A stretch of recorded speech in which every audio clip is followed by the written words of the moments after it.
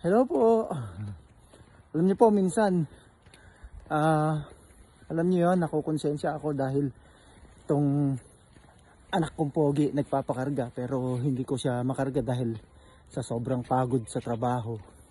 Pero na-realize ko na minsan, baka pagdating ng araw, napakabilis ng panahon, hindi natin alam. Kahit gusto natin silang kargahin, hindi na natin sila makarga dahil ayaw na nila magpakarga. Kaya lately, napag-isip-isip ko na pag gusto niya magpakarga, kahit anong pagod, kakargahin ko siya.